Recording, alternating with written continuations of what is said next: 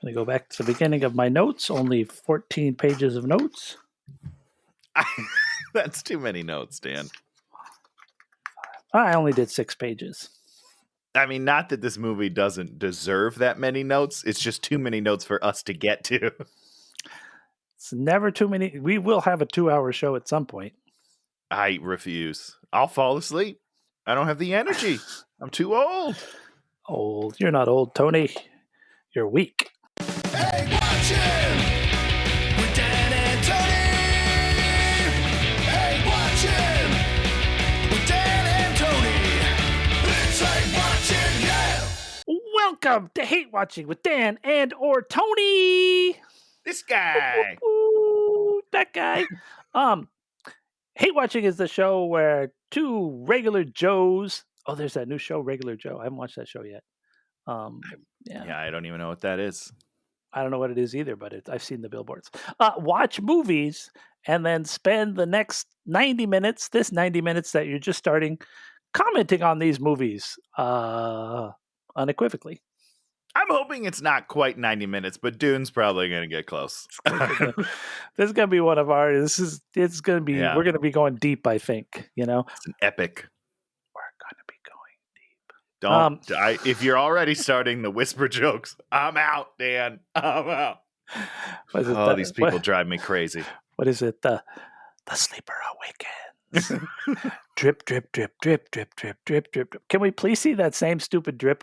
Well, let's tell you what we're doing. We're doing Dune 1984, David Lynch's and producer's attempt to tackle the Frank Herbert novel of said also name.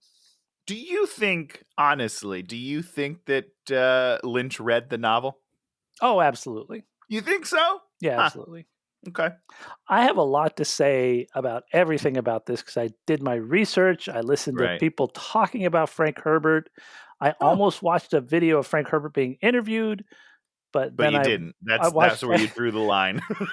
Well, that's what YouTube does. It's like it sets you up. It shows you like 4 or 5 things, and then you're like, I was so close to clicking Frank Herbert's face, I clicked something else and never got back to his face. Yeah, that's the thing. It never resurfaces. Once you get out of whatever like line you're in, it's like, okay, on to the next. Never again. Sometimes your rabbit hole just does not lead back to Frank Herbert, which is too bad. But I watched something that talked about the writing of Dune, which I think is super interesting and I think points to one of the huge problems of said movie. Right. To be clear, you think this video on the writing is interesting, not the writing itself, correct? Okay. First off, we're going to say Dune is, in my opinion, a great book. Tons of great, interesting ideas, interesting story. And I think that when you make that into a movie, I think the people mistake the things that are good about the book, and then they go down these trap paths, in my opinion. Okay. And I'm gonna start right with the main thing is Frank Herbert writes from an omniscient point of view. Sure. So in the course of like literally one page, this guy like read one page and then he talked about it. He's like inside the Bene Gesserit mother witch's mind, then he's in Paul's mind, then he's in Jessica's mind, all in the course of like 2 paragraphs. And so everyone in the book has perfect information. Essentially, you as a reader have perfect information about what everybody wants and is doing. So you know that the stupid Dr. Yue, spoilers ahead, that Dr. Yue is the traitor. And then, I mean, he literally says, I'm going to give them up. I'm going to get you guys out of here. So there's no dramatic tension in the entire movie. We know exactly what's going to happen every second of this stupid movie. Yeah. So, Dan, that is the thing I think I hate the most of this movie is these stupid thinking out loud lines for a multitude of reasons, of course. But my biggest complaint, I think, is that sometimes we're visually on another character and a different character is having inside thoughts.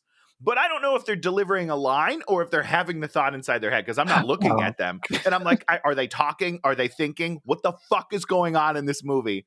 I hate it so much. I was so mad. I've never seen a movie that uses more internal dialogue than Dune, and it is a disaster. Well, more importantly, what someone will say, you could be the prophesied one, and then in his mind, And he then will he immediately thinks say, "Am I the prophesied one?" And you're just like, dude, asked and answered. We don't need to go there. Right, I already know you're thinking it. Somebody said it to you. I know you're thinking about it. You don't need to tell me that. It's all good, guy. So that conceit is essentially trying to do what the book does, which is like make everybody understand everything at all the times, and it makes for an incredibly boring movie because Yeah, I don't want to know those things. Nope. I want to be surprised. Like, it's so dumb. And then when we do get to action scenes and whatnot, no, they don't exist. They don't exist. I mean, just they are literally it's like we'll get to all of it. Paul gets drugged and then put on this ship, and you're just like, we don't know who drugged him. We don't know how they drugged him. They don't know when they drugged him. Yeah, the only reason I know he's drugged is because he internally monologues, "I'm drugged," as he's like going to sleep. I was like, no, you're not. You're just going to bed, dude. You're fine. So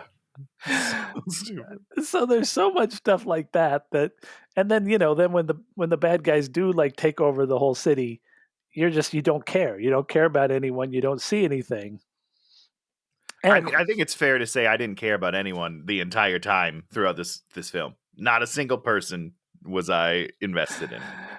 I'll tell you, there is one person. Of course, it's in the last 10 minutes of the movie, but the little little girl, sister. Yeah. Oh my God, she's she's the so cool. scariest character of cinematic history, Dan. That is the creepiest thing I've ever seen. She deserves her own horror movie for sure. I would watch that.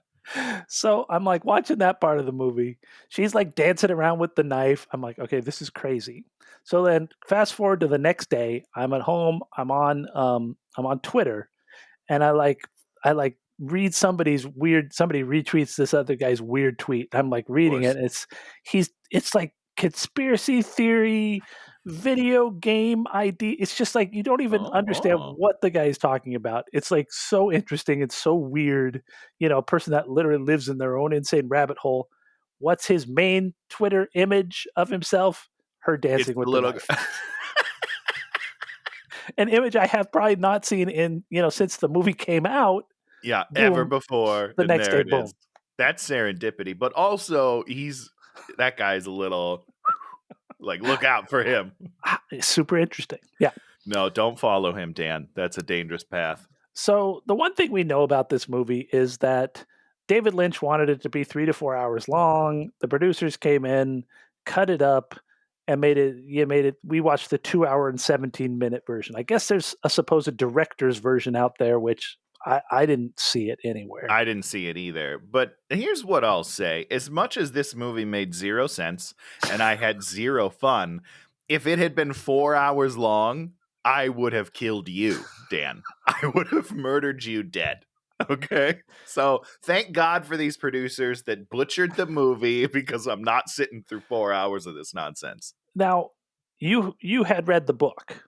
Dan, I read the book.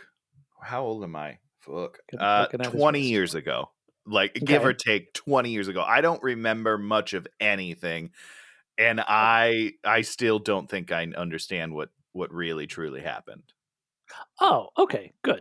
I mean, not good, but yeah, I mean, I get the basics. I knew the basics as a science fiction fan. I don't think I ever read the book when I was a kid. I think I saw the movie and didn't really pay that much attention because I kind of knew the bits. The Gom Jobber and the still suits. I knew all the bits. Yeah. And then I read the book probably 15 years ago. Sure. And then I read Dune. I read the next two. I think it's Children of Dune, Dune Messiah. Yeah, I never read a single sequel. So I don't think I liked the book that much. Now that I'm like thinking back on it, I might not have enjoyed it that much. But do you remember the bits, like when he sticks his hand in the box? Yeah. Okay. I don't remember it being as sexual it is in this movie, but other than that, yeah, I remember the general idea. You're gonna have to expound on Trust me, I that. will. Oh man, I want to hear all that. I didn't get that at all, but that's fine with me. I don't know. I was in a weird mood. So, all of these things are sort of these things that like resonate with teenagers. Him having 17 names and the symbology and the this and the that. And it was interesting because I watched Stephen Colbert did like an interview of the cast of the new movie. What's wrong with your glasses? I don't wear glasses. I don't know why I still had them on.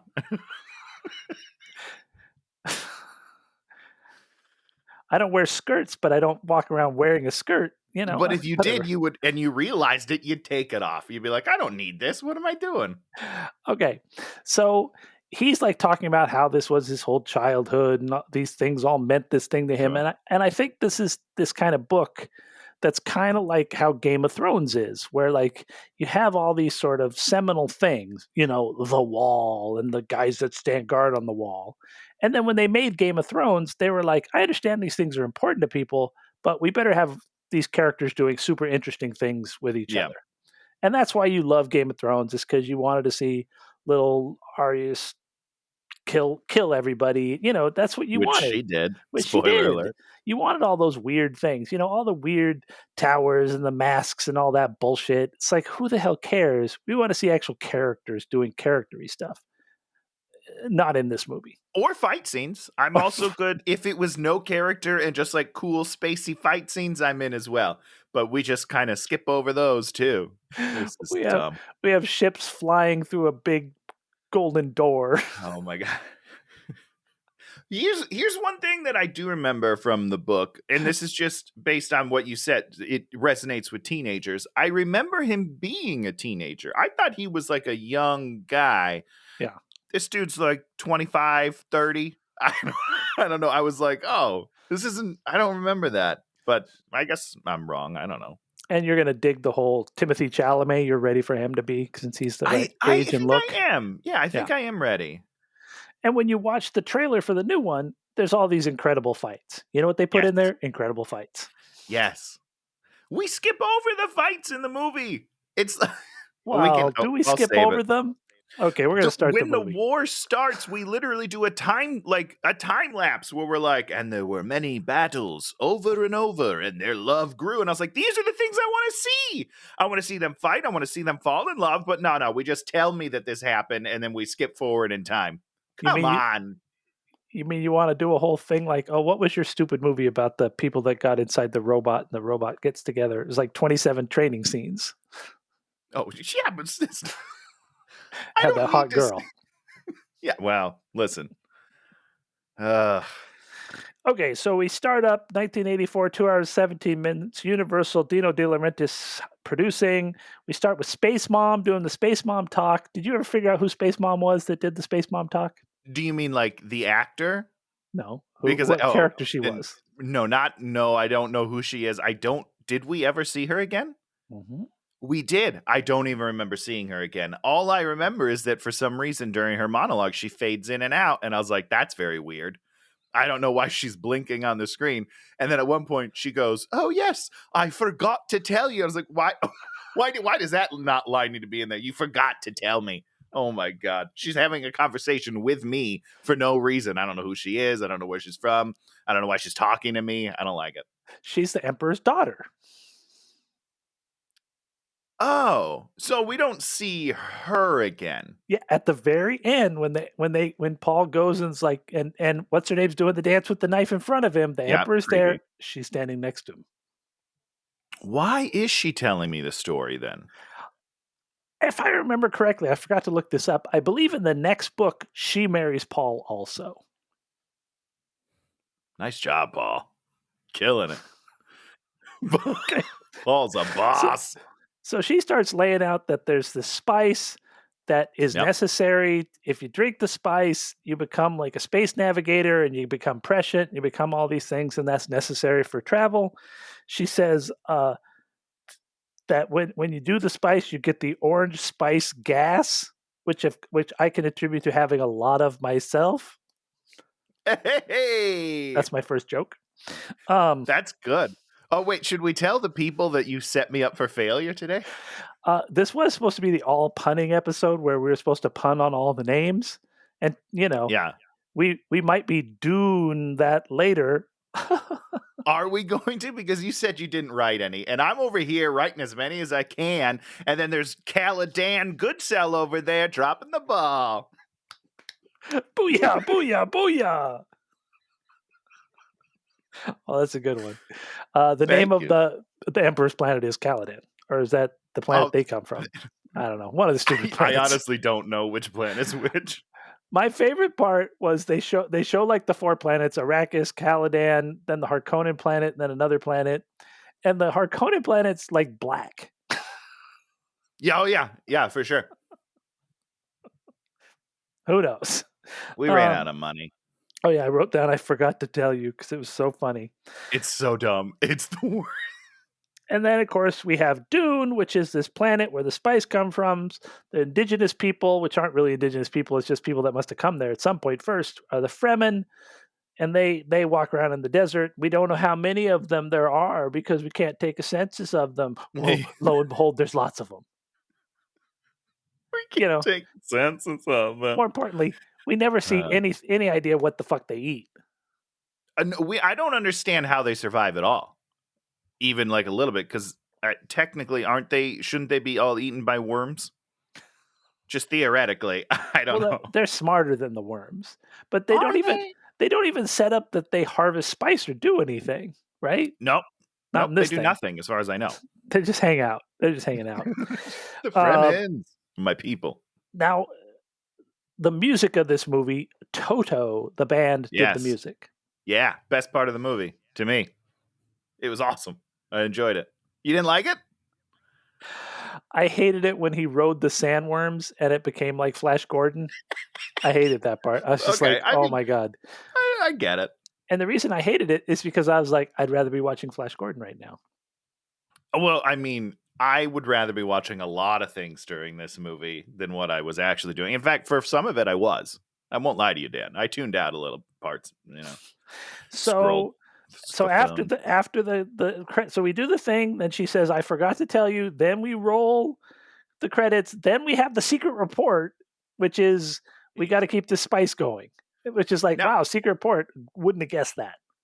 I don't understand the secret report. Not like I get what it's telling me. Whose secret report is it? And why am I are they giving it to me? Yep. Are they like, producers hey, of the secret movie? Report. Okay, that's what I was like. I don't understand where this is coming. All right, I'm out. I gotta say one other thing. I was reading one of the reviews on Amazon, and the dude was like, I went and saw this movie when it came out, and before the movie, they handed out a glossary of terms. That's right. Yeah, you sent me the picture of that, I think, and it's bizarre. If you walk into a movie theater and they give you a thesaurus that you need to learn before you see the movie, I'm turning around and I'm leaving the theater. That's terrible. Tony's there to look and listen. He's not there to read. I'm not even there to listen that much. It's mostly just look. I'm a visual guy. Now, did you clock all the dogs in this movie? I only remember there being the pug, which I thought was weird. Is there more dogs? We start off with the Emperor. He's got a bunch of dogs. I don't understand. And at one point, they give a cat to somebody. Oh, we're going to talk about that cat. What is cat. going on in this movie? Cat scene was the best scene of the whole movie. That can't be right, Dan. Absolutely. So boom, in comes the navigator. This was actually my favorite part of the entire movie. Is these gigantic doors open, and the thing that the navigator lives in is this big black receptacle, and it comes in like a freaking train. It's like it's exactly like a train. I don't understand what it is, Dan. Okay, what it is when you do the spice, you start out as human, and then you end up as that motherfucker. That's a human. I don't know if I buy that. Yeah, it is. What I mean, first of all, I don't mean testicle face. I understand the idea of what he is. Not testicle face. You don't think so? Is that what it does? No. His mouth is something different, but his cheeks are testicles. They're just hanging right here. And then he's got I'm just gonna say that he's got a vagina mouth and a testicle cheeks, and I don't understand anything that's happening design wise. And he's got these little baby arms as well, which I thought actually was really funny. What I don't understand, Dan, is this giant aquarium Yeah, that he lives in. Gas aquarium, spice gas aquarium, orange gas that I emit. How does that travel? Or does he just live behind those doors? Because in my mind, he's just living behind the doors and he pops out like a cuckoo clock every once in a while. It is kind of weird that he has this big chamber and he floats forward and backwards depending on whether or not the chamber's open or closed. Yep. I didn't understand any of it. I mean, visually, it's like, okay, this is a cool set piece, I guess. Yeah. But like, I don't understand the logistics of how he travels. Well, they just roll that into another ship, you know? How do you put a tank in an airplane? You put a tank in it, you just roll it into the airplane. I don't think that I would. Yeah, I'm not going to bring a shark on an airplane. That's just me. Didn't you see the whatchamacallit? The A-Team movie? Don't they drop a tank literally With out of the Bradley back Cooper? of? They think they drop a tank out of the back of a plane with parachutes. No, they do. Yeah, parachutes. So shut up, Tony. You Asshole. shut up. Okay, brain baby, vagina mouth. I call him brain baby. You call him testicle head. You know, potato. So they talk about the Atreides have like this super secret weapon, which is literally the world's dumbest weapon. And you gotta kill Paul or something. Who cares? Yeah, I didn't understand why, but at least I understood who they were talking about. You know what I mean? Like at least I was like, okay, they want to kill that guy. Sorry, what? So when the brain baby leaves, there's like guys behind him, like with vacuum cleaners, vacuuming up. They're mopping it up. I mean, his container's leaking or something. Super dangerous. Okay. Oh God. Okay, so then we cut to Paul. I guess on Caladan, right? Is Caladan the Atreides homeworld or whatever? I don't know. I don't know. Whatever. You don't know. You made the joke. You don't know what the fuck the joke reference is. Good job, correct. Tony. Yeah. I heard it and I was like, oh, that's the one. I'm writing that down. So Paul's working on an iPad. He's like, literally got an iPad. Very prescient. David Lynch knew. Then in comes Picard, Dr. Yue, and Mr. Eyebrows. Yeah, those eyebrows. There's a couple of sets of eyebrows in this movie that are applause worthy. And that's the whole thing is like the eyebrows guy is a mentat, and then the other guy is also a mentat. They're both mentats. They have the eyebrows because they're mentats, and then they drink like some stupid fluid that gives them red lips. Oh, is that what it is? I thought it was like a disease of some sort. No, it's just there's his way of showing us that these people Kool-Aid. are weird. Yeah, Kool-Aid. Yeah, okay. Then we have the shield battle where we have these shields and two guys fight. No. Dan, it's not a shield. Okay. They turn into blocks. I don't understand. This is the dumbest representation of a fight I've ever seen in my life. They turn into 3D blocks and then they just kind of rub each other with the blocks for a little bit. And then there's a knife that goes into a different block. This is awful. This is terrible. I don't remember this from the book. I'll tell you that right now. All in the book. Basically, the idea of the shields is that if you shoot a bullet at it, it stops anything moving really quick. But if you take a knife and like move real slowly, you can get through the shields and then stab a person. But at some point, doesn't a guy get shot in the head through the shield? It gets there and then it goes. And it goes through his head. I don't know. I'm pretty sure. Yeah, you're right. That does happen. This movie sucks. So after this great battle scene that Tony really loved, we have another battle scene versus like this the world's dumbest robot. This is like they must have seen Star Wars and then said, "Oh, you know that thing in Star Wars where the little ball comes down and he goes." Yeah. What we're gonna do? We're gonna make this big hunk of metal come down, and then he's gonna put the sound thing on, the weirding thing, and then he's just gonna shoot its little arms off. Yeah, there's a lot to decompress here. First of all, this thing is very phallic. I don't know if you noticed that. Maybe I'm in a weird mood because There were so many things in this movie that were like weirdly sexual to me. And I'm like, Sure. I don't understand what we're doing. But this, I mean, there's a mushroom cap on the bottom and it's got a shaft and it just comes on down. I was like, what is going on? But then it doesn't Tony, even. hold on a second. Does it Yes. does it come on down? It comes on down and it just keeps on coming. And, and then, but then it like goes into this whole. Listen, I don't know. It was super weird.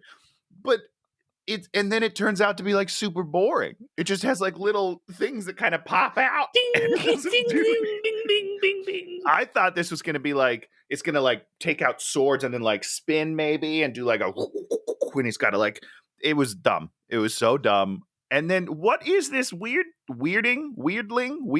Yeah. All it is it's just like a voice intensifier. Is that what it is in the books? Yep. That's what it is. I feel like if that's what it was in the books, I would have hated it more because this does not translate to film. I don't. Maybe it will in the new one. I don't know. But to watch somebody hold a gun and they go yeah and shoot sound waves or something is dumb. It's gonna be in the new. It's gonna be totally in the new movie. They have to do it better. I don't know how you do it, but this did not work for me. Well, and that's the whole thing. It's like it's a terrible fight training scene followed by another terrible fight training scene. Yeah, back to back misses. Then we meet Duncan. We don't care because I don't even know that we see Duncan getting killed later. Whatever. Which one's Duncan? He's the guy you don't even remember because he's the guy that gets shot in the head. Oh, Duncan. Yeah, and he might come back or something. I have no idea. Then Paul has a dream about Sting. Da-dum-dum, Sting. And then we have Lady Jessica in this super sexy fur gigantic jacket. That was like the best, in my opinion, the best costuming of the whole thing. Is really cool. I mean, just in general, the costumes are pretty okay. I think, I didn't really have like a huge problem with anything. I don't think. Yeah. So then the other witch shows up, the Bene Gesserit witch. So they're both witches, and we find out that Paul wasn't supposed to be a boy. He was supposed to be a girl because they're doing a whole thing. Can we talk about this? Because I don't understand the voiceover. I think it's a voiceover that she says. She's like, this woman had a bunch of daughters. No, and she then didn't have any daughters.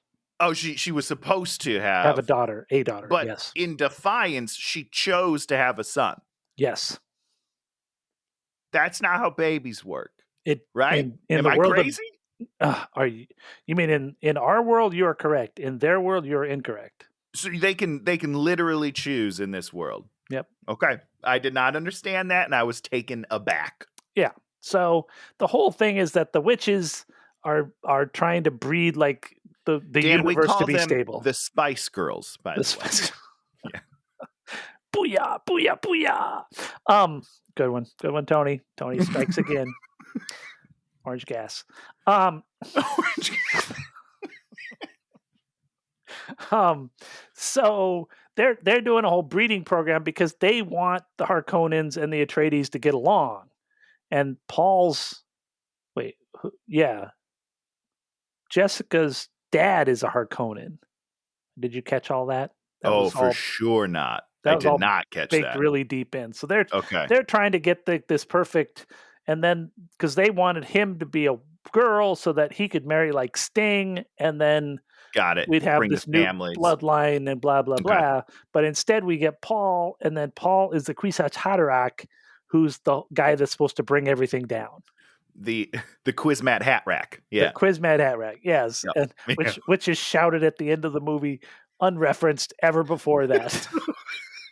For he is the Kwisatz Haderach. It's like he's the what? Everyone walks out of theater like, it's raining and the what the fuck? The what? What did she say to that?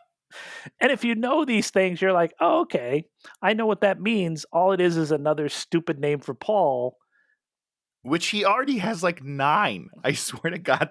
They say they give him so many. There's tons of labels. Hole. And that's the whole thing. Reminds me of Arsehole. Sorry. Yeah, you're good. And that's the whole thing, is if you're like a kid, you're like, ooh, look at this, another naming ceremony that's going to take 20 pages of the book, you know? But if you're watching a movie and you're like, watch all these naming, it's all I this don't thing. think I would feel that way in the book, Dan. You are when you're a teenage boy, you're Stephen Colbert, and you're like, oh, life Sure. is so mysterious. Oh, I'm not an animal. I'm a human being. It's like, shut up and sit down. Okay, so now we're gonna do what's in the box. What's in the box? What's in the box? Damn it, I wrote that down too. But that's what he says, I know, it's so ridiculous. which is kind of funny because it's a bit from Seven. So it's, Yes, it is. I wonder What's if in that's the box? So basically, you got to stick your hand in the box, which they also did in Flash Gordon too, by the way.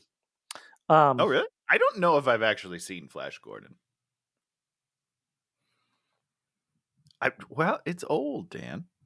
You have not seen Flash Gordon, one of the greatest I movies of don't all know. time. You are lame. Is it? All right, I'll watch You it. got to watch Flash Gordon. Okay, so basically, you stick your hand in the box. If you pull your hand out of the box, then she pokes you with the poison needle, and you die, which kind of a messy test. Seems a little intense. And then he like survives it, and he goes higher than anyone's ever gone before. And you're kind of like, wait a second, let's unpack that for a second. He went higher than anyone ever went before. Yeah. Well, when does she stop?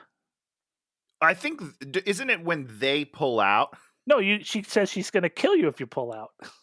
Right, exactly. I know. This is what I'm talking about, Dan. This whole scene to me is so weirdly sexual. So how do you go the most if you pull your? It's like I think she has to kills decide everybody. when to. She just kills everybody. I think she kills everybody. I don't know. But when does she decide? Does the box just go, okay, good? Who makes that decision? I think it's I think she like is watching you, and if you get to the point where you're like, I can't take it, then she's like, okay, you didn't do great, but you didn't pull out. Great job. But isn't Thanks he for like finishing? He's the first boy to ever do this, right? Or to survive it, right? Isn't that the whole thing? It's something like that. She's basically, the way I see this scene, she's a praying mantis, Dan. She mates with you. You get in her box. She mates with you, and as soon as you pull out of that box, she lops off your head. Oh my god, that is so wrong. But I mean, the truth is like, what's the determining factor? It's not like you got to do 30 seconds in the box, right? No, and there's you pull no out at time 27 limit. and she kills you. Yep. What's the deciding process for you pass?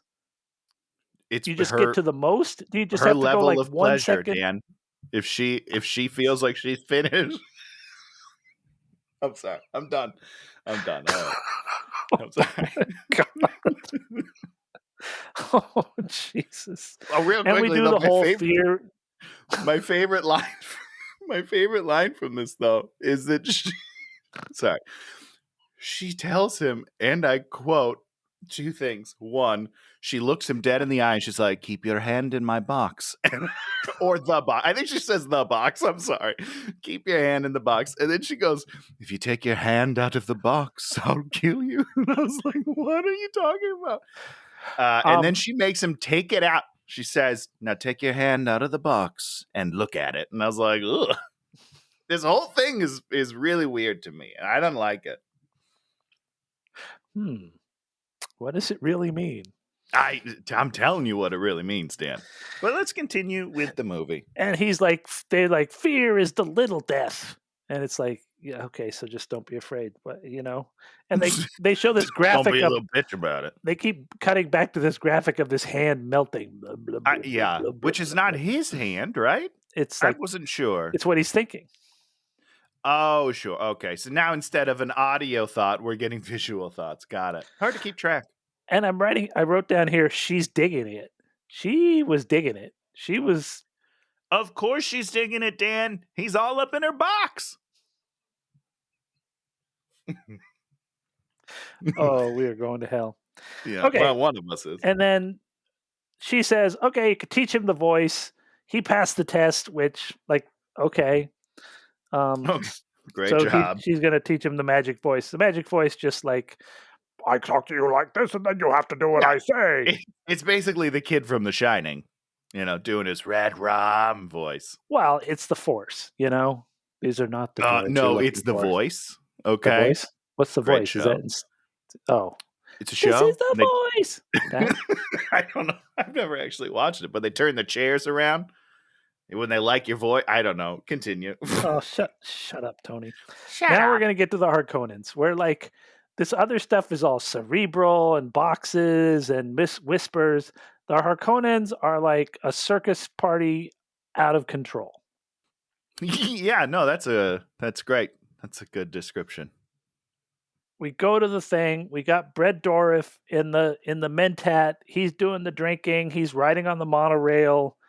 It's just so weird. He comes down a bunch of stairs.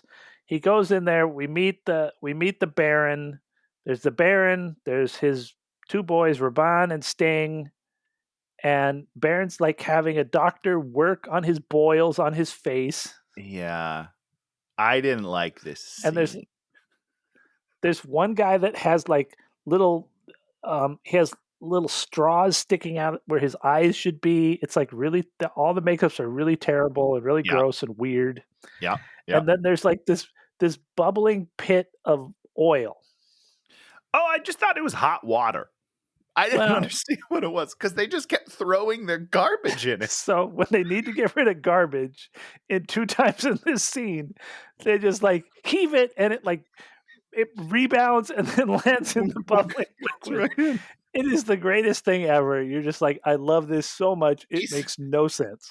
So is that their trash receptacle, or are they littering into like polluting their water source? I don't understand. I don't know. Is my sound too loud again? Is my sound creeping up again? I'm gonna check my thing. Hold on 1 second. Oh, all right, check your thing, man. While you check your thing, I'm going to talk about this doctor scene real quickly. So first of all, talk about the doctor. Give us a little bit about the doctor. Great news is the doctor that's working on his face is scary German guy from the Monster Squad, and it's great. I love him. But I don't understand what's happening because the doctor is like fawning over these boils. A direct quote from him is, "Your skin, love to me." What is that? What is happening? Why is he like getting all excited over this guy's boils? I don't remember from the book, but I think that the whole idea is that he literally fosters disease in his body. And that's sort of like a thing that he does like for pleasure. Yeah, okay. Like, oh, if I had more boils, it would be sexier. Okay, so he's got problems. He's got problems. Oh yeah, he's got problems.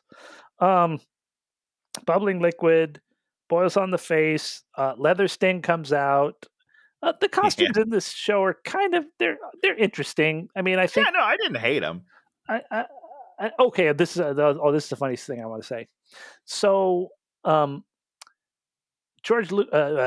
David Lynch at this point was up to direct Return of the Jedi also.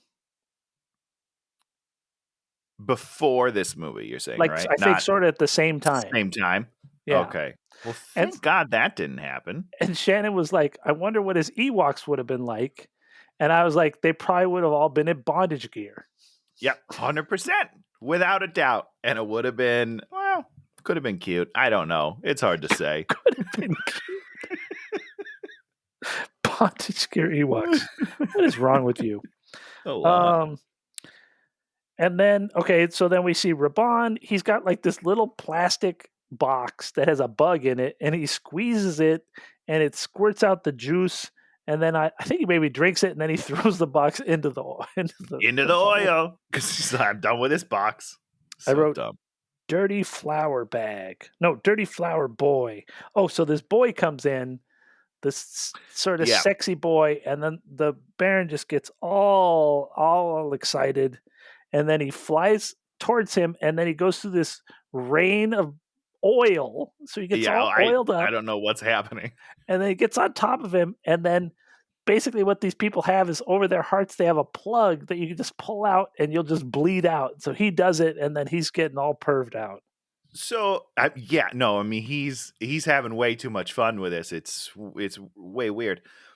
I was so confused when he pulled out his heart plug because they don't explain that at all. This is the first you kind of see.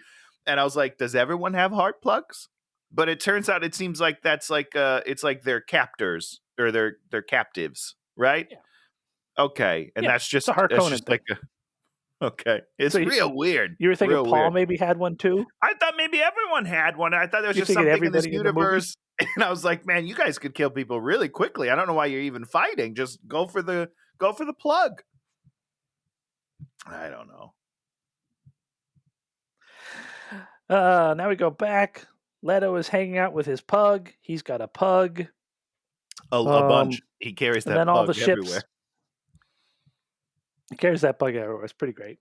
So the ships all take off, and instead of like making the ships look like Star Wars, what they made the ships look like was pieces of paper that were cut out. Yeah. Great miniatures. Well done. So now we get to Arrakis. We meet Max von Sydow's Dr. Kins. One of the most important characters in the book plays absolutely no role in this movie. Yeah. Okay. Good. Then we set up the still suits. Basically, the still suits, remove in your sweat, but they also redo in your urine and your poop. Yeah.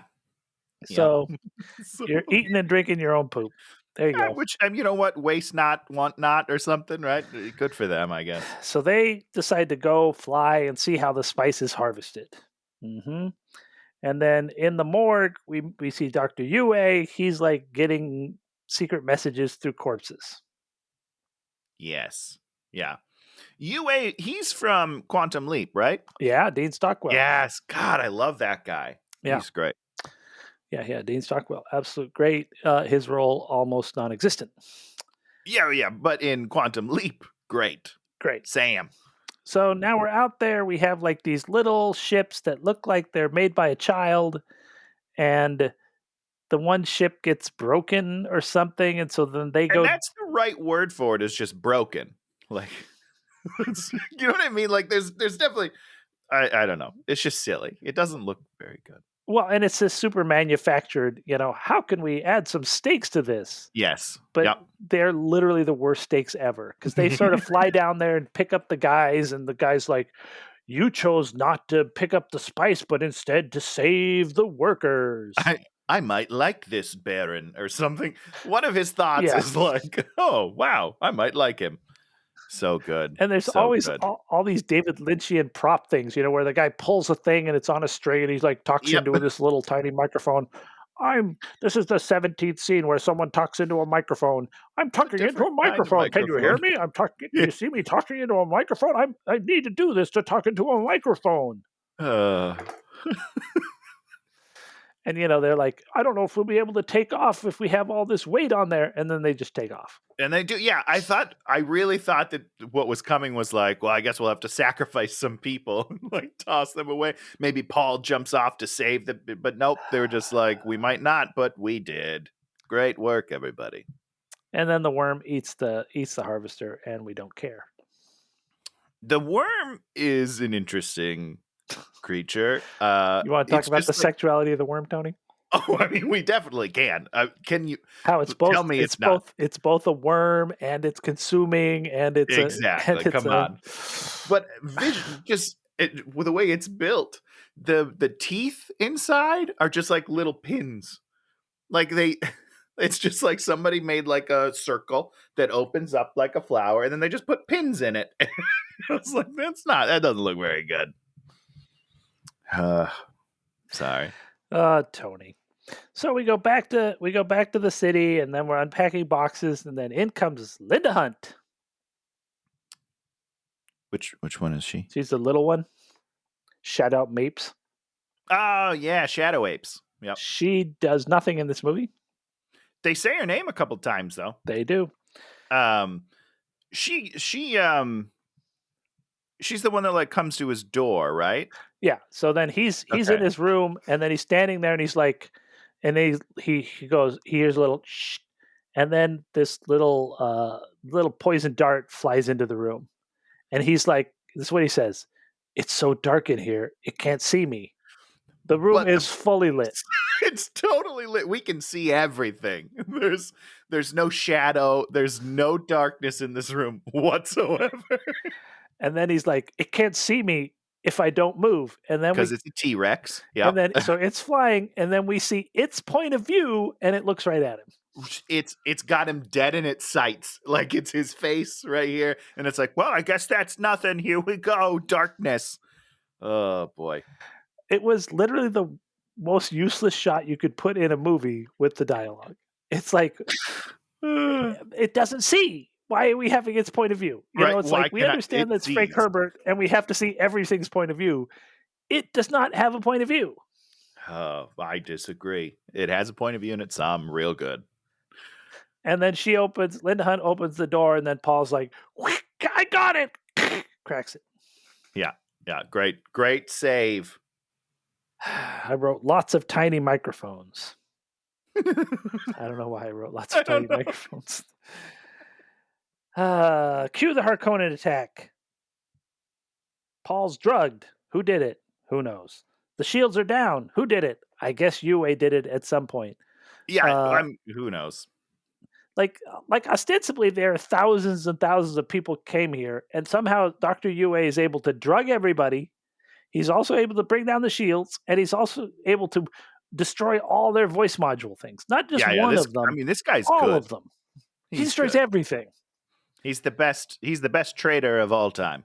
Then he also drugs. I guess he also drugged the Duke, or maybe he does something to the Duke. Do they fight or something? Is that Paul's dad? Yeah. Is this where he kills him or like almost kills him? Yeah. Well, he does something to him, so Yeah, he like immobilizes him. shoots him with like I thought it was a poison dart. Oh, but he poison darts him.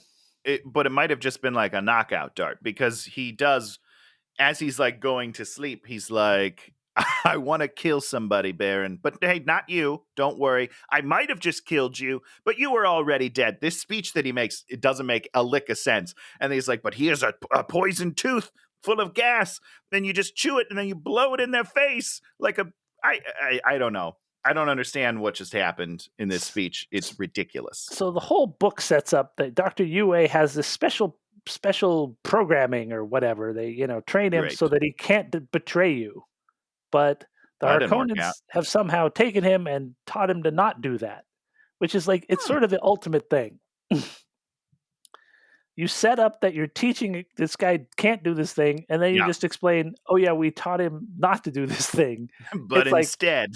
Thank you. How Shakespearean is that? Not at all. Zero. So the idea is he's supposed to get close to the Baron and bite his tooth and kill the Baron because the Baron is going to kill him anyways. Right. Yeah, something like that. Because the Harkonnens did something to Yue's wife, which you're like, if they already did it to his wife, why is he but this is his only way to get back at them or something. Yeah. Because then later when they're I know you're right. We'll get there, I guess. Later he's with them and they're like, we still have your wife, and he's like, really? And then they're like, we kill you or something. Would you like to join her? And then spoiler alert, I think she's in heaven because then they kill him. So the ship is flying. For whatever reason, we have all these very things. We gotta get rid of the body and make sure there's no evidence. So dump them in the desert. Yep. Which made me. This is totally like a random thing. Do you remember Spaceballs when they're combing the desert? That's immediately what it made me think of. I was like, comb the desert. But it's your classic thing of you've got the person dead to rights, and then you say, but don't kill them here. Drive them 100 miles and in 6 months kill them. Right. That's the perfect plan. Well, listen, Dan, if they killed them, the movie's over, and we know that there's at least 2.5 hours left. Yes. So the Baron... So remember the tooth. And then we get this one shot where we get to actually see the pug running down the hallway. Yeah, there's a couple of shots of the pug running, and I guess he's just trying to find Patrick Stewart. I think he lost his owner, and he's like, I need to find him. Then we have all the Harkonnens walking around in their trash bag costumes, which I enjoyed.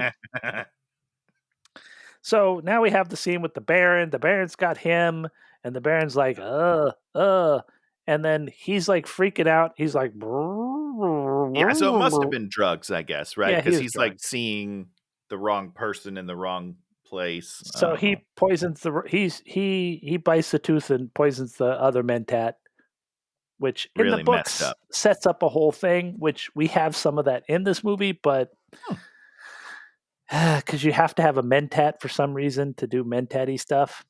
Oh, sure. Yeah, you can't mentat without the tat, you know? And so the other Mentat, that's the whole cat scene, which we'll get to.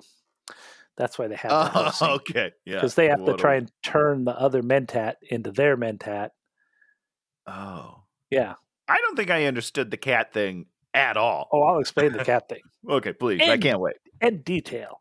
Great. So then Paul voices the one guy, and then Jessica voices the other guy, and then they find out they have the magic ring that gives them all the special powers. Wait, have they already been kidnapped? Yeah. We're flying through this movie, I feel like. We're Okay. only 3 pages in. We got 3 pages We got to go. We're only halfway through, so we're not flying through this shit. All right. I feel like I've missed so much already. Well, nothing. I mean, things happen, but they don't really happen. So yeah, I mean, that's the thing is literally Paul is drugged, then Paul is magically on the ship, then the ship is flying, and then with his mommy, and then they use the voice on the guys and take control of the ship. Yeah, well, because the guy's like feeling up his mom. It's pretty weird. Really? Yeah, pretty weird scene. And then they crash because they ran into something. And sort of. And then they have so they crash. And then we set up that there's some rocks over here a little ways, then they're gonna have to get to those rocks and maybe the worm will come. But I think they set up a thumper to set up a thumper. And it's just like really stupid. You're just like, yes. You're setting up a thumper that's going to call a worm. Yeah, so I guess I don't. So the thumper. The idea is that the thumper will attract the worm to it, and as long as you're walking at the same rhythm, not non-rhythm, it won't hear you. No, the whole idea of this whole thing that a stupid teenager kid like myself loved because it's something to think about is the thumper is a rhythmic boom, boom, boom, boom, boom, boom, boom. Right. Yeah. But then when you walk without rhythm. 1 step, 2 steps, 3 steps, 1 step, half a step, quarter step, tenth of a step. And so it doesn't go like, because when you're normally walking, you're like boom, boom, boom, boom, boom, boom. Sure, yeah. But instead, you're like boom, boom, boom, boom, boom, boom, and so then the worm is like, well, that's not a person. Is that the idea? That's the idea. Okay. I didn't get it at all. The worm's thinking all this stuff. Oh, yeah, this worm is he's probably overthinking. That's a lot of our problems, really. Like these worms are stupid. Like, go fuck yourself. Go fuck yourself. Okay, so they crash and then they do this escape, and it's like the dumbest escape ever because it's not really much of an escape. Except the worm comes and the worm pounds his face on the rocks. Yeah. But here's the big part of all this is this is where Paul's character says, "Where are my feelings? I feel for no one." Yeah. Okay, there you go. Who cares? Yep. I don't care about. How can I care about this character if he doesn't if you don't care about anybody? I don't care about anybody. His dad just killed. He's trying to save his mom, and he's like, "I have no feelings." When I was a teenager, one time, I wondered if I had feelings. Oh. And I didn't think I did. No, I don't think I did. Do you think you do now? Because teenagers, a few. Yeah, I agree with that assessment. I have a lot of feelings, Dan. Always did, even as a kid. I was always like, man, I've got too many feelings. How do I get rid of those? Sensitive Tony. Yeah. Cold, hard, analytic asshole Dan. That's right. That's why we work. Okay, so then we do this like terrible montage of, the sleeper must awaken, the dripping thing. The stupid. This is what I call thinbolism. Oh, okay. It's symbolism, but it's so thin and doesn't mean anything that we don't care. Thinbolism. I like thinbolism. Trademark. LTD. That's not right. What? Okay. And this is the point at which all the sets that they're on look like their old Star Trek TV show sets. Yes. Yep. 100%. Which listen, if they're just laying around in a sound studio, yeah, go use them.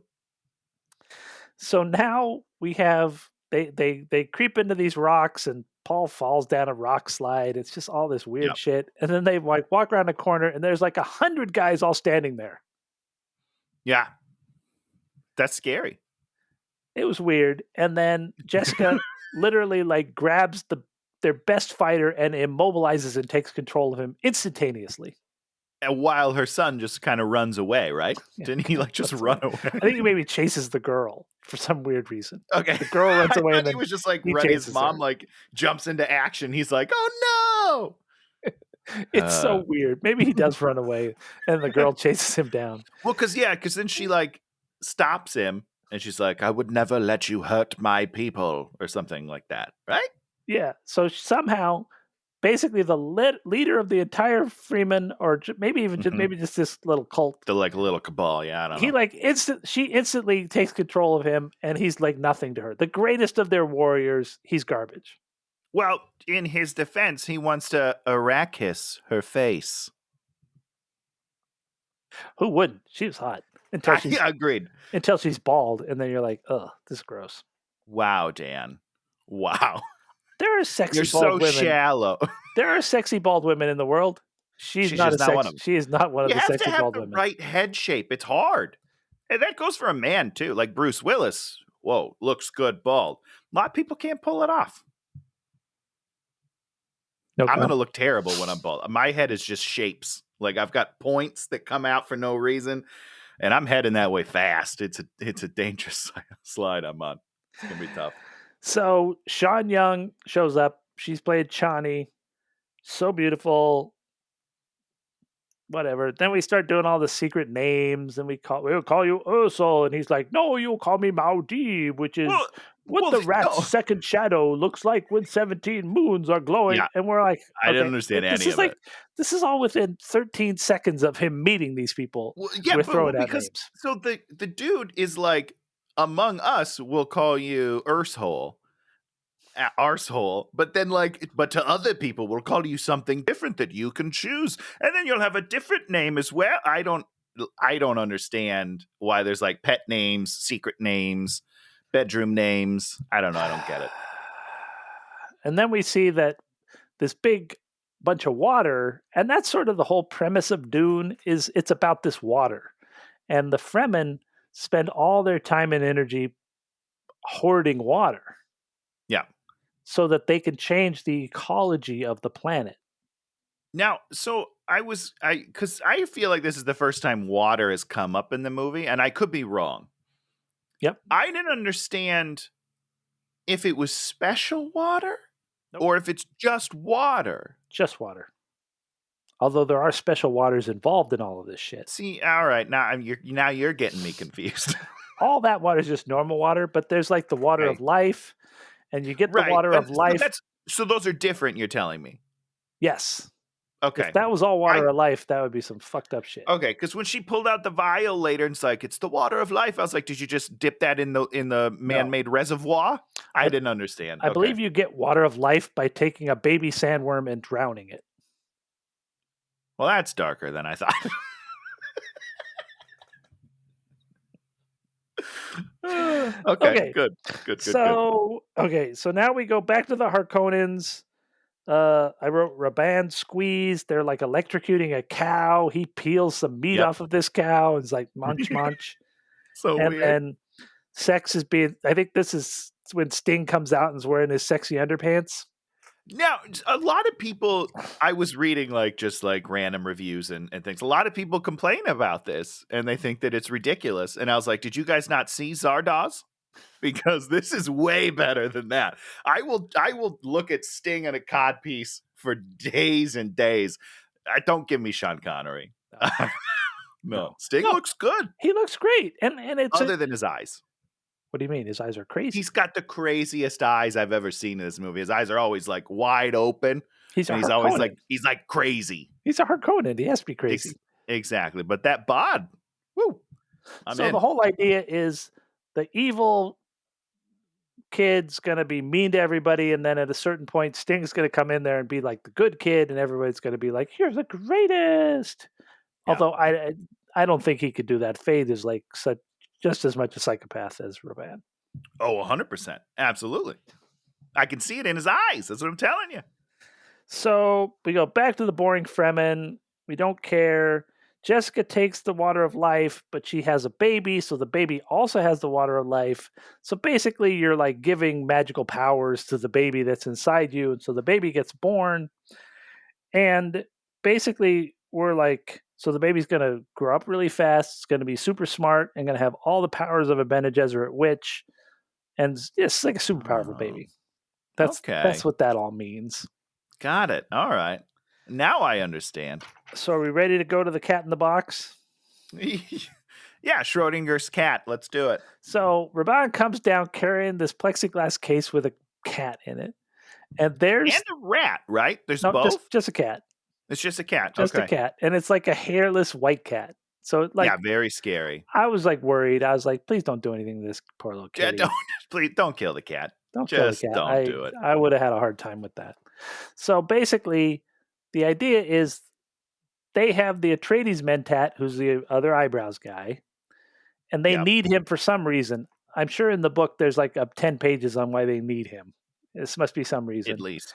And in the book also, he works for them, but then he's also betraying them. We don't see any of that. All we see is this one stupid scene. Yeah, okay.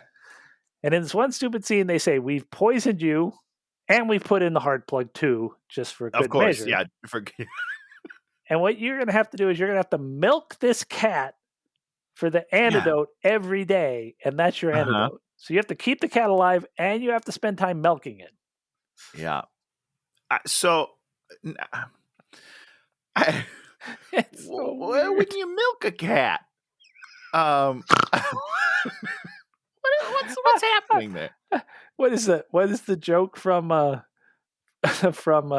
Robert De Niro's making fun of Meet the Parents? No, is it that one? Oh, yeah, Meet the Fockers or whatever. Yeah, one of the two. I have nipples, Greg. Can you milk me? Can you milk me? I can milk anything with nipples. I didn't understand. Also, can you constantly milk a cat? I imagine it's one of those things like after it gives a litter of kitties or whatever, like maybe it has that function for a little bit to feed the kitties. I've never heard this before, and I don't understand. I think you're right. But then again, cows. But maybe they do stuff to cows to make them milk cows. I think they do. I think they like inject them with stuff to always keep them on that cycle. I think. I've never done. I've never done farm work. I'm a proud city boy. City boy who comes from farm country. Yeah. Okay. Okay. So Chani and Paul are in love. Which happens magically. They just tell me it happens, and that bothers me, Dan. You got to remember there's a 2-year skip in this movie. That's why I don't like it. The 2 years is the most important part. We have a lot of talking for like an hour and a half, and then the interesting shit's about to happen where they're at war, constantly battling, and then they're falling in love. I feel like that's the most important part of this story. But it's not. It's not.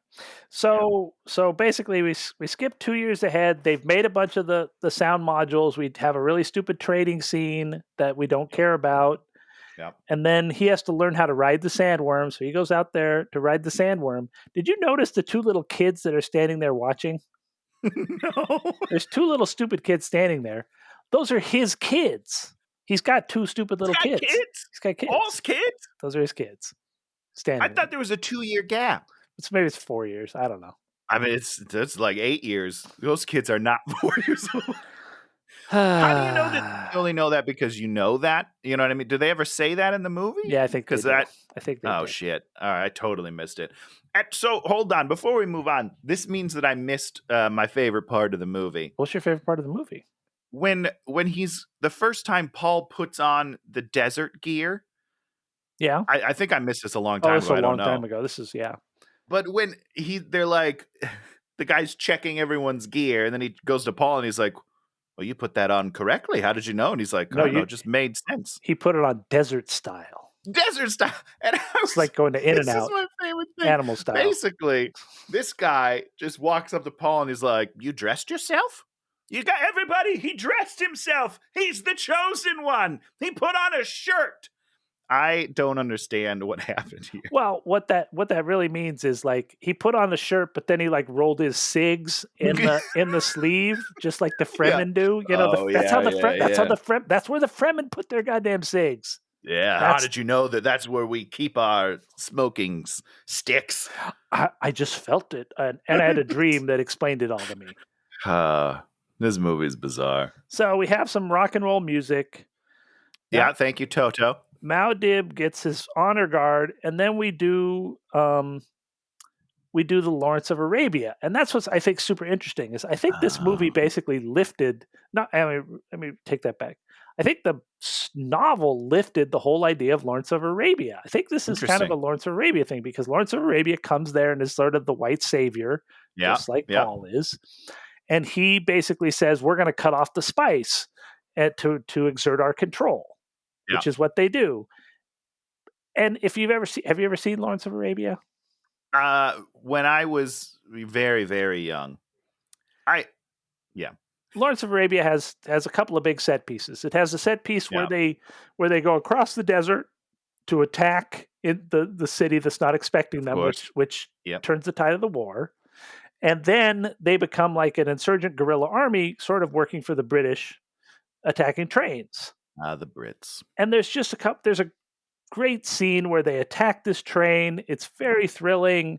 And then we learn that all the people that are fighting, they're just fighting to make money, and then they take off and leave. And so he's losing his army because everybody's made the money they need to survive. Yeah, I'm all good. Thanks, guy.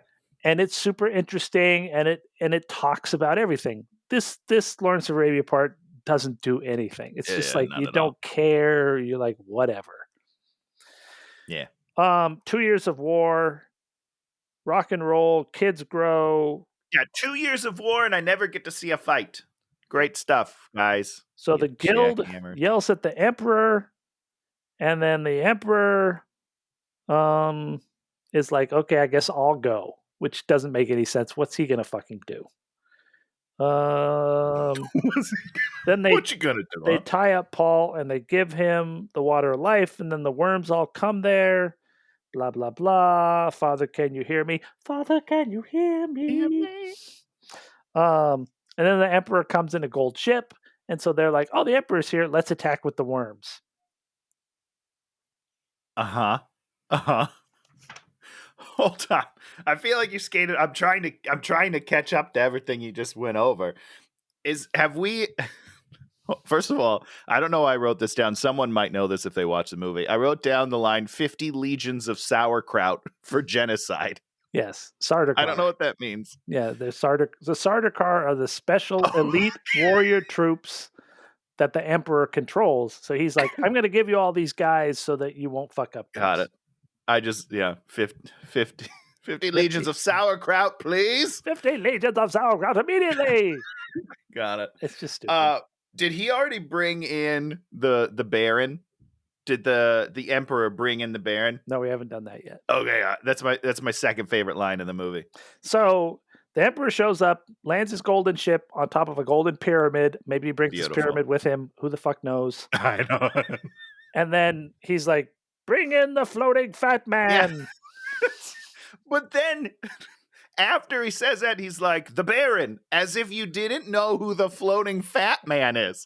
It's my favorite part. He absolutely does. And so the Emperor yells at him, and then Aaliyah shows up, and she yells at the Emperor. And then she's the little girl, crazy little child, right? Okay. Who is, what's her name? Alicia Witt, who's like is an actress who did all sorts of stuff. Oh, good for her. Yeah, she's all over the place. Because if I had seen this movie as a casting director, I'd be like, I'm never even inviting her into my room. She is so scary. She's so scary. They blow up the wall, and then the sandworms come, and then we have the Toto pew pew pew pew rock and roll music. Yep. Oh, it's so stupid. You didn't like it? I was jacked up at this point. Oh. So then the Baron comes close to Aaliyah and she pulls out his nipples and he like dies. Which I was like, it didn't look like a heart plug, so then I was confused on what she pulled out. They were But his you're lower saying it's nipples. Lower his nipples. lower nipples. Lower nipples. More importantly, why are you putting the heart plug or lower nipple things in yourself? That's what it doesn't make any sense. Nothing about the Baron makes any sense to me. His whole deal is weird. I think he just floats off into the atmosphere. No, he floats off and gets bit by a worm, doesn't he? I believe it's that one. Yeah. Leah does the knife dance. Someone got crushed by a worm. Was it him? Maybe. Maybe the worm crushes him. I don't care. And then Sting shows up, and there's a duel. Would you call this a duel, Dan? I'd call it one of the most boring fight scenes ever. Yeah, put on it's a celluloid. lot of standing around and then slowly moving at each other. But there's a couple of good things. First of all, there's Fremen drummers. Boom, boom, boom, boom. Who were just at the ready. Like, it's just like a whole line of them ready to go as if they knew this was happening. Now, if you've built a whole society on conserving water and doing all these things, do you really have a drum line? Do you really have time to train a fucking drum line? No, you don't have time to do much, if we're being honest. So they fight. Also, in the background is one guy who has a metal nose. Okay. Did you notice the metal nose guy? I did not at all. Is it good? Is it a good metal nose? It's stupid. Got it. And then he stabs Sting in the neck and Sting dies.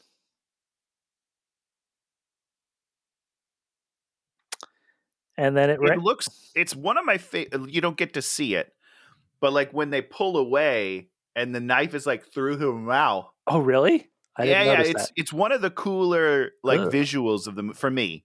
You know, I don't know. It's a kill. But I was like, it's cool. But the fight was so boring that I almost missed this because I think I almost fell asleep. But it was cool. I liked it. So then we talk about the hand of God and we talk about love. Yeah, so this is where I start needing help, Dan. Okay. Because I didn't remember that this was like faith-based. You know what I mean? Like there's a lot of weird religious shit.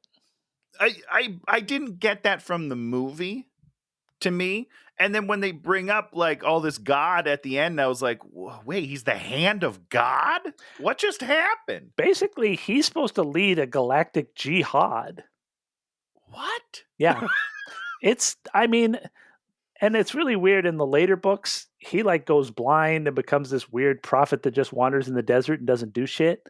So the whole thing of what they're setting up, it's very confused. And I don't think Herbert really I don't think when he wrote this book, he was like, okay, this is what's going to happen. I think he sort of wrote this thing and then he looked at it and he's like, I don't know if I really want to set up a galactic jihad where Paul just goes around killing all his enemies, killing everybody. It's like, and we're kind of saying the Bene Gesserit are the bad guys because they are trying to make peace and stability when what we really need is jihad. Right.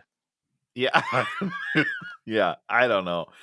It took me by a little bit of surprise when they started talking about God all of a sudden, and they walk up and put this weird cape on him too. Yep. And they're like, yeah.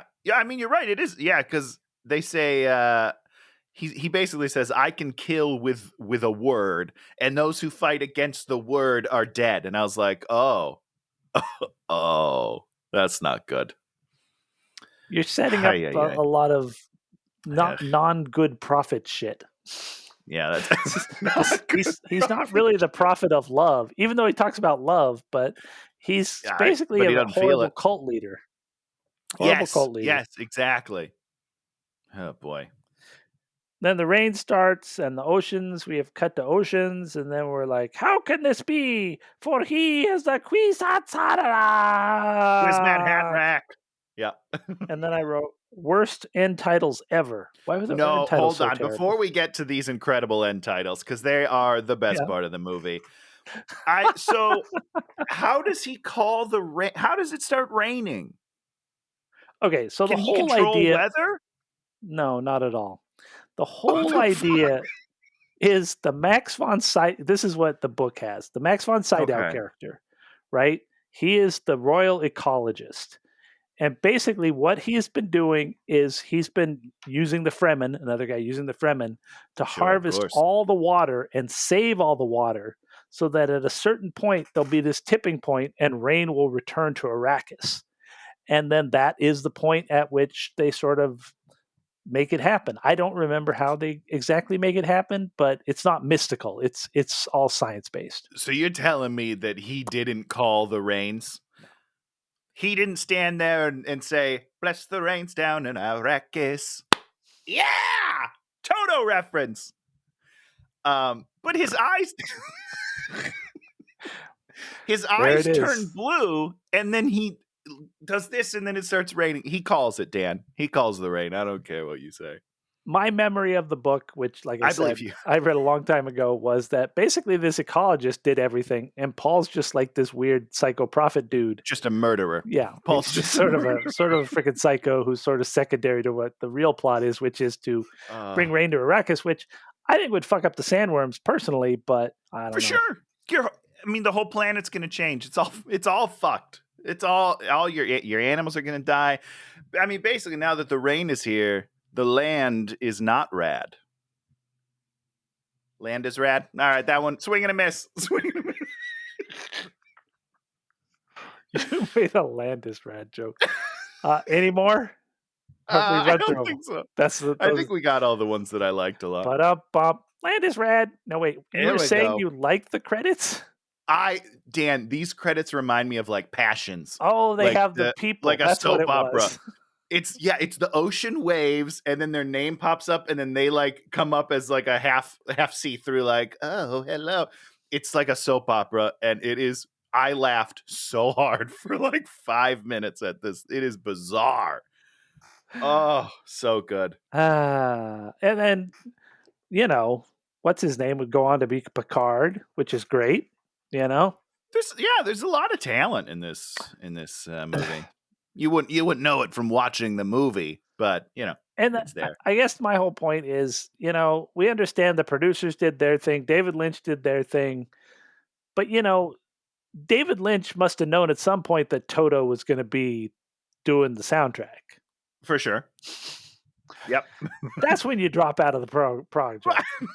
No way. That's when I sign off. I'm like, Toto's doing it? Come on, let's do this. This can be great. And all the crazy Harkonnen stuff. David Lynch was in charge of that cat being in that box. Don't get me wrong.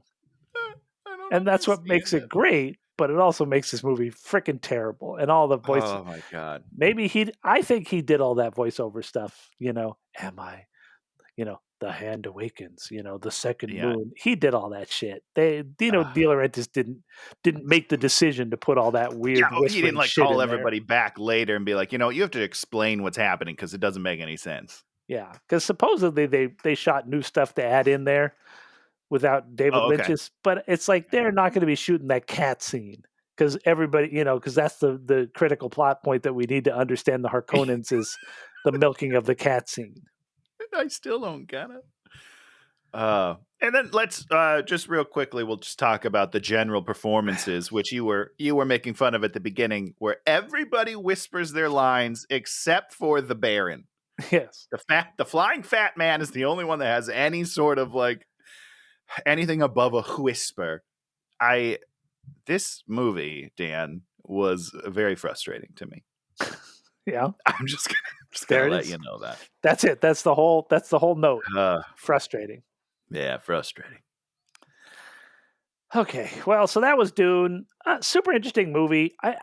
I must say, it wasn't painful to keep going back to it for me. I enjoyed it. Sure. I enjoyed watching it. It wasn't one of these ones where you're like, please kill me. Because you were just like, you knew there was going to be. There's some really interesting things, and visually, a lot of it looks pretty cool especially for '84. Yeah. I don't know. A lot of some weird shit. Interesting, weird choices. Are they the best choices?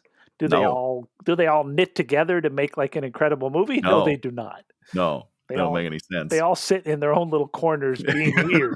Now I'm riding on a monorail. Okay. Monorail. What? Monorail. Okay.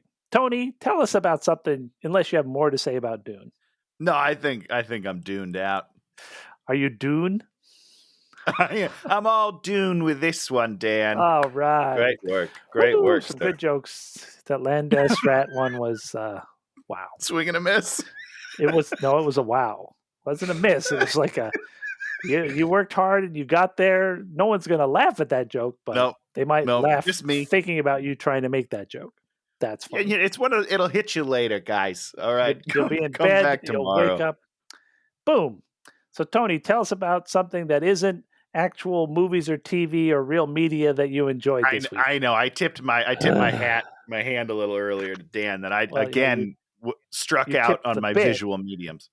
Tipping the hat is like I tipped my hat to you, afternoon, sir. governor. Hey, how are you doing? Governor. For you, sir. So I struck out again on my visual medium. I tried to give American Horror Story another try. I haven't watched it since the first year that it came out. You fool. I don't understand it. Why do people like this show? It's not good. But what did you try and watch? So, I mean, originally I watched the first one, which is like Murder House or whatever. But this week, my wife's brother was in town, and he made us watch Hotel, which he said is one of his favorites, with Lady Gaga. Lady Gaga's great, and visually it's interesting, but there's no characters, there's no story, there's just weird shit that happens. I'm like, what is this? It's nothing. But there's a lot of weird shit that happens and weird neon and whatnot. Yeah, that's like that's what they're going for. It's just like, we're gonna surprise you with how weird it gets, as opposed to anything interesting or cohesive. That's what happens in American Horror Story. I don't know why people like it, but I have been working in the office, so I've had a lot of time to listen to podcasts. And I did not know this, but R.L. Stein has a podcast. He's got a couple, I guess, but the one I like is called R.L. Stein's Story Club. And it's just like short R.L. Stein stories that somebody reads. It's like an audiobook. It's great. Wow. It's super fun. It's cute. I had a great time. I've listened to like 12 of them this week. Very good. I began watching, which I need to go back. There might be a new one. That show you talked about the dance competition. Yes. Big leap. Now, do you not like the main girl? Is that who you have the problem with? Because she can't dance? She can't dance. I don't understand it. Listen, I'll let you get back to your thing. I just want to complain for a second. Yeah, no. I want to get the rest of that because I watched it now. Yeah. As a fat person, there are fat people. Big, but we'll call big. We'll say big. I don't need to call anyone fat on this. There are larger people that can move. It's a thing. It can happen. But when you put someone who is larger in nature, who cannot move, and then say that they can, it makes me and other people believe that it does not exist. It's like, obviously, this is the best they could find, and she can't dance. So no big people can dance. It's true. It's not true, you guys. We can move. Some of us can move. She can't. Which is very frustrating to me, because it's at the very start of that show, they're like, she's going to college on a dance scholarship. And I was like, no, she's not. Unless she's going to the worst college in the history of the world. She's terrible. I mean, as an actor, I like her. I think she's good. She can't dance, and she shouldn't be in that show. And it's hard to watch. But everyone else, phenomenal. Love it. Piper Perabo. So good. Yeah. I love her. Which one? Is she Coyote Ugly? Yeah. Okay, yeah. I love her. She's great. Scott Foley is one of my favorite, and I think one of the most underrated actors of our generation. Killing it. He is so good. The anchor of the whole show, and he's like phenomenal. Just sort of the moral flexibility that he shows to that character. You're like, I love this guy. Yeah. But then my real pick is the new Dave Chappelle, The Closer. Okay. It's another Dave Chappelle. It's the last Dave Chappelle Netflix special. Oh, I didn't know that. And you have to watch it to find out why, kind of. Okay, I will. It's heavy. Yeah, Chappelle doing some shit. So, and we started watching Bly, The Haunting of Bly Manor. Bly Manor. Yeah. How is that? It's fun. Is that pretty good? Okay. I didn't like the Haunting of Hill House or whatever. Me neither. Yeah. I watched a couple and I gave up. This one's I find much more interesting. Shannon's finding it a little slow. He is like his pacing is a little slow, Yeah. but it usually pays off, I think. There's some in Midnight Mass. There's some very long walks and conversations that you're just like, this is very long. It didn't bother me, but you were like, this is very long. Yeah, I can understand people that would not enjoy it as much. Yes, but it does pay off. It does. Well, Midnight Mass phenomenal. pays off. So good. In We're watching it dividends. again. I'm not going to lie to you. Oh, are you? Yeah. The dividends in that show are well stuff. worth anything. So, Tony, hit us with something new. You can give us anything. I know, and that's so, Dan, I was overwhelmed. I was like, I don't know. I'm directionless. I don't know where to go. But after watching last night, I was like, okay, I need something that's going to make me laugh and I can enjoy it. So we're going to a great classic comedy with one of my favorite comedic actors of the 90s, Brendan Fraser. And we are doing Dudley Do Right.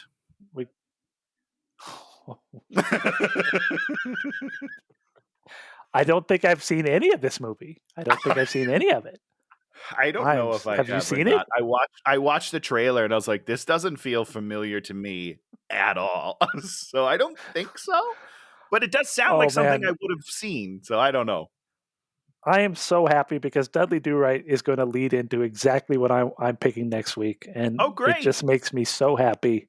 What a treat. I'm so happy because I have like my next two picked out already. And as we all know, this can always change, but yeah, of course. Dudley is the perfect lead into my next movie too. So right. I think I was super happy with Dune. I thought it was a fun little romp.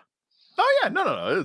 I had a good time making fun of it. After thinking more about The Crow, I was like, oh God, thank God The Crow was tough. Crow was tough. I really brought it home with Jason X though. Jason X was fun and terrible. Okay, well, this has been Hate Watching with Dan and Tony. If you like what you see, subscribe, comment, leave a thumbs up. We'd rather you didn't leave a thumbs down. They hurt our feelings. I'm used to it. I get it all the time. I don't have feelings, so nothing really to hurt. That's right. That's true. I'm the oversensitive one. Sensitive Tony. So we'll be back next week. Oh, here comes the dog. She's ready to be the dog. And we'll see you then. Bye, everybody. Hey, watch it!